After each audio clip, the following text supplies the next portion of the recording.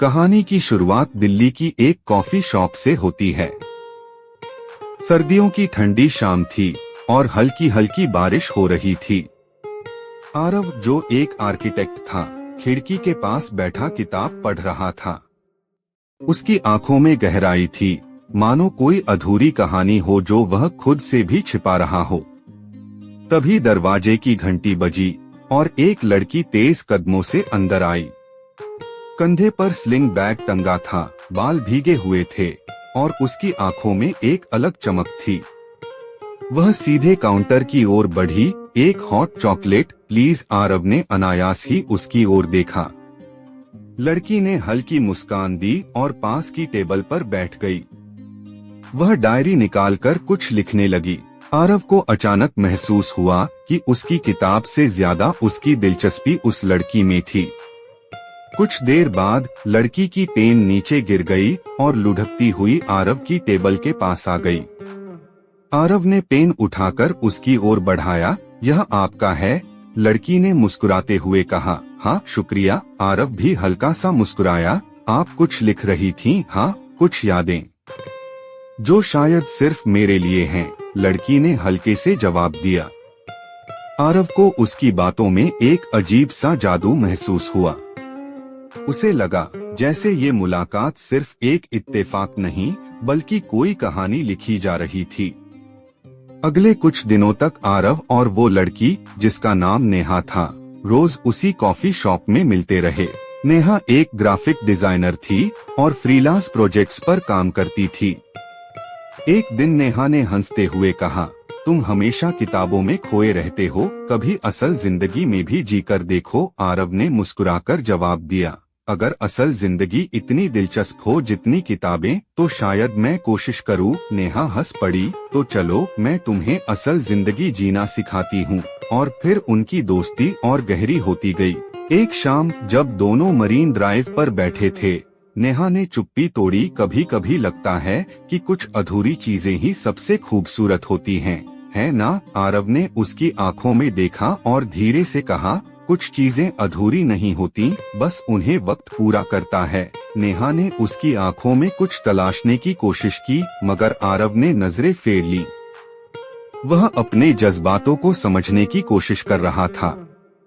Marine drive की ठंडी हवा चल रही थी। आसमान में चांद चमक रहा था और लहरें किनारों से टकराकर मानो कोई गीत गा रही थीं। नेहा, आरव, तुम कभी कुछ कहोगे भी, या हमेशा किताबों के पन्नों के पीछे ही छिपे रहोगे? हंसते हुए आरव गहरी सांस लेकर, कभी कभी खामोशी ही सबसे ज्यादा बोलती है नेहा। हर एहसास को लफ्जों में ढालना जरूरी तो नहीं होता ना नेहा। लेकिन कुछ एहसास अगर सुने न जाए तो खो भी जाते हैं। उसकी आंखों में सवाल था। आरव ने उसकी आंखों में देखा, मानो वो कुछ कहना चाहता हो मगर खुद को रोक रहा हो। आरव, तुमने कभी सोचा है कि अगर कोई चीज बहुत खूबसूरत हो तो उसे हमेशा के लिए कैद करने की इच्छा होती है? नेहा हल्की मुस्कान के साथ, शायद, लेकिन खूबसूरती कैद में नहीं, आजादी में होती है आरव। जैसे ये लहरें, इन्हें बांध नहीं सकते, बस महसूस कर सकते हैं। एक लंबी चुप्पी छा गई। दोनों समंदर की लहरों को देख रहे थे, जैसे उन दोनों की कहानी भी लहरों की तरह थी, बेहद गहरी, मगर कभी पूरी तरह पास नहीं आती। अगली शाम कॉफी शॉप में बारिश हो रही थी। नेहा और आरव खिड़की के पास बैठे थे। नेहा, तुमने कभी सोचा है प्यार क्या होता है?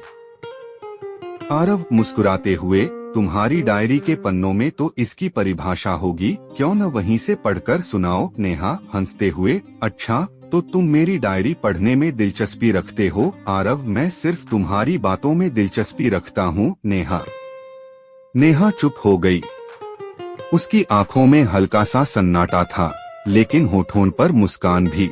नेहा, प्यार मेरे लिए वो एहसास है जो कभी बेड़ियों में नहीं बंधता, जो पास होकर भी आजाद महसूस होता है, जो किसी की खुशी में अपनी खुशी ढूंढ लेता है।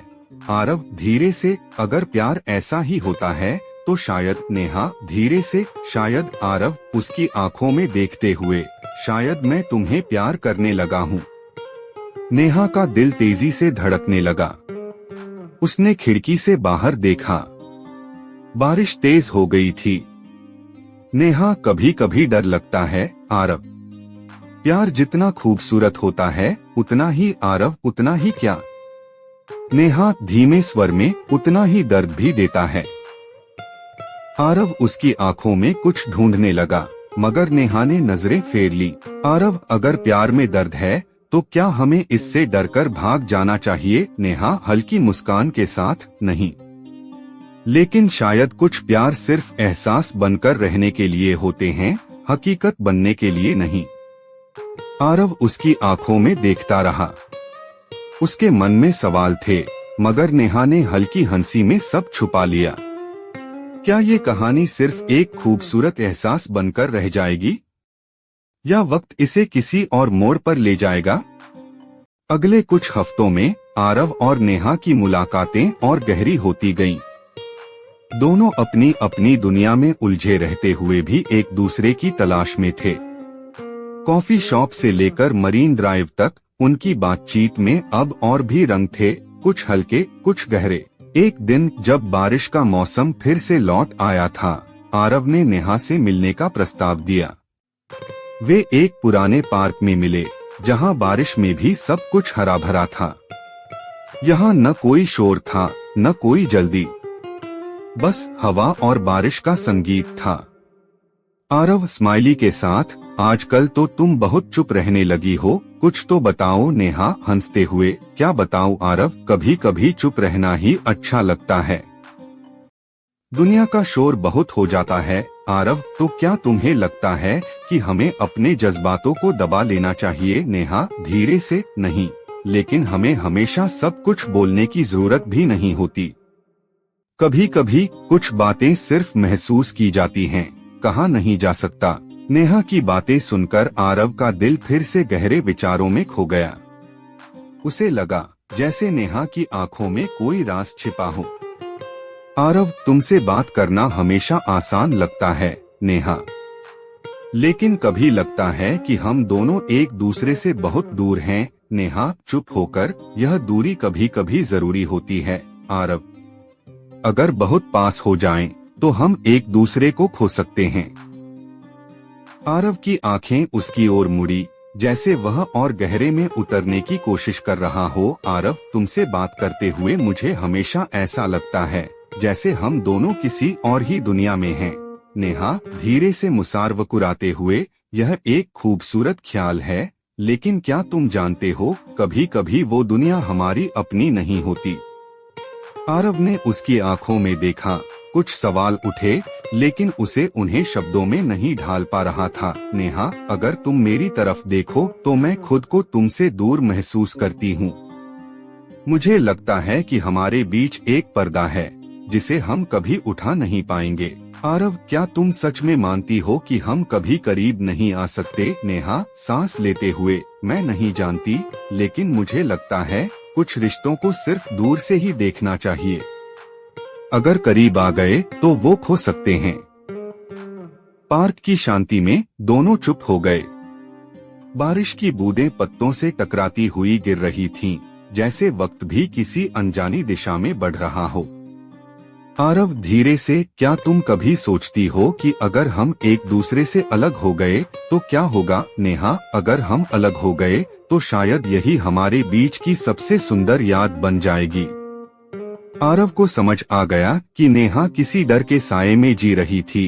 वह प्यार में खोने से डरती थी, और शायद यह डर ही उसे प्यार करने से रोक रहा था।